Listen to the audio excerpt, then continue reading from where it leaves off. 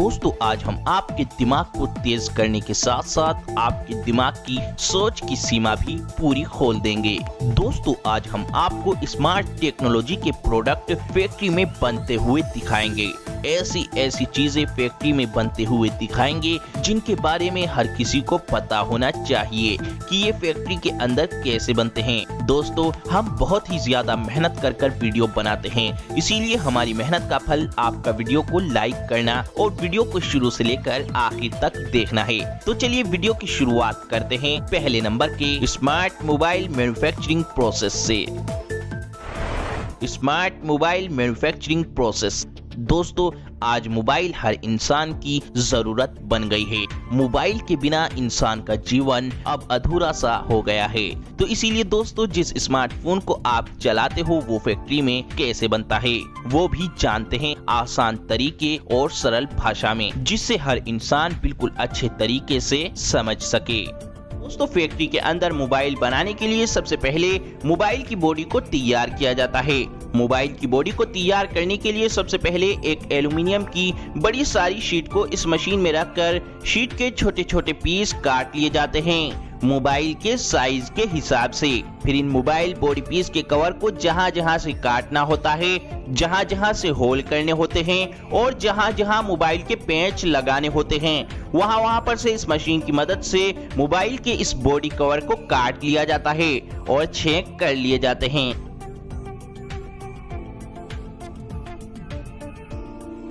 फिर इन mobile body cover को एक सही शेप और एक सही आकार इस CNC मशीन की मदद से दिया जाता है। फिर आखिर में इन मोबाइल बॉडी कवर को अच्छी तरह पानी से धोने के बाद मोबाइल के बॉडी कवर बनकर तैयार हैं।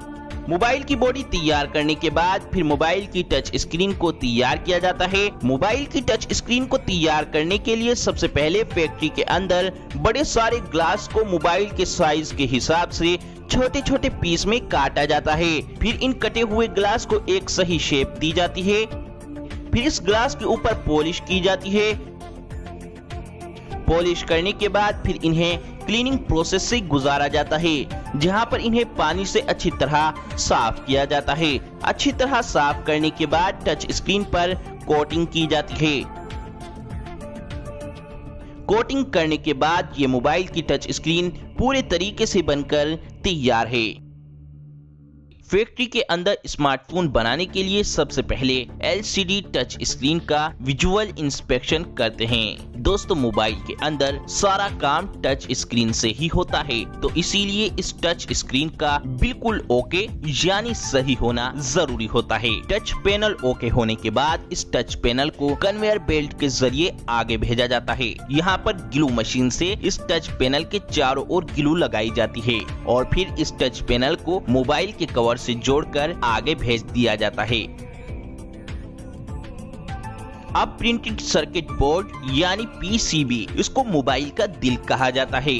इसी PCB के अंदर मोबाइल के सारे इलेक्ट्रिकल पार्ट जोड़े जाते हैं। सोल्डरिंग के दौरान इसका कोई भी पार्ट डैमेज ना हो, इसीलिए इस पर पेपर टेप लगाई जाती है। फिर इस PCB पर फ्रंट कैमरा और बैक कैमरा को फिट किया जाता है। अब PCB पर वाटर लेवल पेस्ट किया जाता है। ये एक व्हाइट स्टिकर होता है। अगर फोन पानी में गिरा होता है तो मोबाइल की सर्विस के वक्त पता चल जाता है कि ये मोबाइल पानी में गिरा है, क्योंकि पानी में मोबाइल गिरने के बाद इस स्टिकर का कलर रेड हो जाता है। और दोस्तों ये है माइक, मोबाइल का काफी इम्पोर्टेंट पार्ट, जिससे आपके मोबाइल की आवाज दूसरे मोबाइल तक पहुंचती है। इस माइक को PCB के बॉटम एंड पर लगाया जाता है और टॉप पर लगाया जाता है स्पीकर और फिर इस PCB में लगाया जाता है वाइब्रेटर। इसी वाइब्रेटर से ही मोबाइल की रिंगटोन में मजा आता है। और फिर LCD और टच पैनल से इस PCB को जोड़ा जाता है और मोबाइल के साइड में वॉल्यूम बटन और पावर बटन को फिक्स किया जाता है। अब मोबाइल की मिडिल हाउसिंग में वाईफाई और GSM को फिट किया जाता है,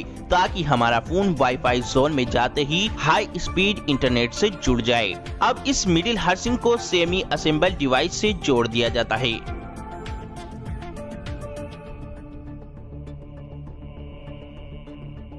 अब काम शुरू होता है मोबाइल की टेस्टिंग का। सबसे पहले टेस्टिंग की जाती है रेडियो फ्रीक्वेंसी की। दोस्तों रेडियो फ्रीक्वेंसी की मदद से ही हम मोबाइल से बात कर पाते हैं। अब रेडियो फ्रीक्वेंसी की टेस्टिंग ओके होने के बाद फिर मोबाइल की एलसीडी टेस्टिंग की जाती है। एलसीडी टेस्टिंग ओके होने के बाद मोबाइल की multi touch, mic, speaker, gravity sensor, front camera, back camera और फ्लैश लाइट, इन सब चीजों की अलग अलग टेस्टिंग की जाती है।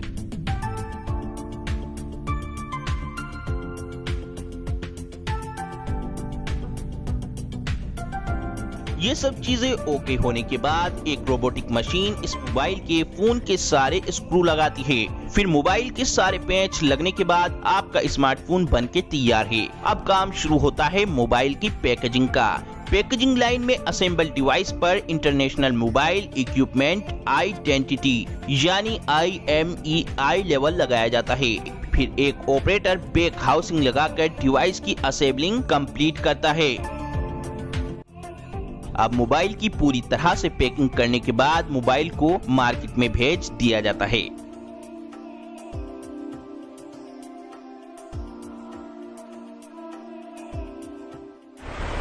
Mobile charger factory making.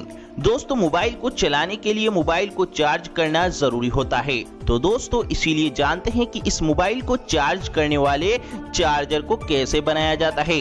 दोस्तों मोबाइल के चार्जर को बनाने के लिए सबसे पहले मोबाइल के चार्जर के कवर को बनाया जाता है। मोबाइल के चार्जर के कवर को बनाने के लिए इसके कच्चे रॉ मटेरियल, प्लास्टिक का दाना, HDPE और पॉलीमर, इसको इस मशीन में डाला जाता है, जिससे ये मटेरियल इस मशीन के अंदर एक पेस्ट का आकार ले लेता है और इस मशीन के नीचे लगी एक मोल्डिंग मशीन जो इस पेस्ट को मोबाइल के चार्जर के कवर का शेप देकर बाहर निकालती रहती है। इस तरीके से पहले मोबाइल के प्लास्टिक चार्जर का कवर तैयार कर लिया जाता है। फिर इस चार्जर के कवर के अंदर करंट के लिए प्लग को लगाया जाता है।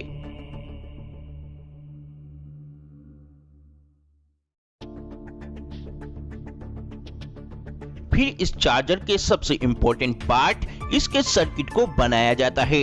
यहाँ पर इस मशीन में एक प्लेन इलेक्ट्रिकल प्लेट को रखकर ये मशीन इस इलेक्ट्रिकल प्लेट पर सर्किट की सभी वायर को इस प्लेट पर छापकर एक कन्वेयर बेल्ट के जरिए इस सर्किट प्लेट को आगे भेजती रहती है, जहाँ पर ये मशीन उन सभी वायर को इस सर्किट प्लेट पर बड़ी ही तेजी से तैयार कर देती है। और फिर ये मशीन चार्जर के सर्किट को पूरी तरह तैयार करने के बाद एक कन्वेयर बेल्ट के जरिए आगे भेजती है।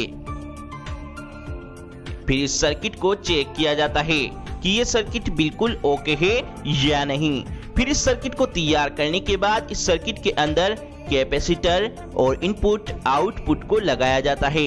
इसी चीज से ही तो हमारा चार्जर मोबाइल को चार्ज कर पाता है। फिर इसके बाद इस सर्किट को एक कन्वेयर बेल्ट के जरिए आगे भेजा जाता है, जहां पर इस सर्किट में कुछ वर्कर USB पोर्ट के लिए सोल्डरिंग करते हैं। और फिर सबसे आखिर में इस सर्किट को मोबाइल चार्जर के कवर के अंदर फिट किया जाता है और फिर USB वायर को भी फिट कर दिया जाता है। और फिर इस चार्जर के अंदर इसके प्लग और पिन को भी फिट कर दिया जाता है। और फिर इसके बाद इस पूरे चार्जर की टेस्टिंग की जाती है कि सब ओके है या नहीं। सब ओके होने के बाद एक हाइड्रोलिक मशीन की मदद से इस चार्जर के ऊपर कंपनियां अपना अपना नेम और अपने अपने लोगों की मोहर लगा देती हैं और सबसे आखिर में इस चार्जर को पैक करके मार्केट में भेज दिया जाता है।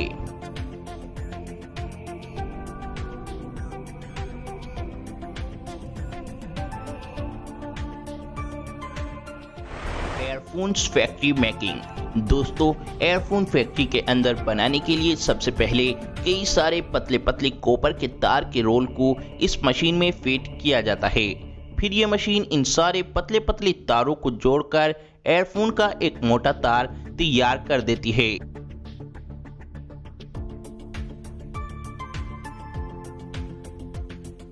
फिर इसके बाद एक वर्कर दूसरी मशीन की मदद से इस तार पर कपड़े की सिलाई करता है।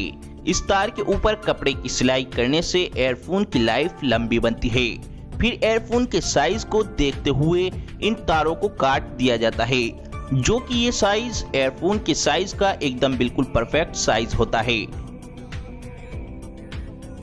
अब एयरफोन के अंदर आवाज के लिए मैग्नेट का यूज किया जाता है। कई सारी मैग्नेट को एक कन्वेयर बेल्ट पर रखकर आगे भेजा जाता है, जहां पर ये मशीन हर एक एयरफोन के पीस के अंदर 2 मैग्नेट फिट कर देती है। फिर इसके बाद इस एयरफोन में मोबाइल के अंदर लगने वाले एयरफोन जैक को लगाया जाता है। इसी से ही तो हमारी एयरफोन का संपर्क मोबाइल से जुड़ पाता है। यहाँ पर 3.5 mm का जैक लगाया जा रहा है।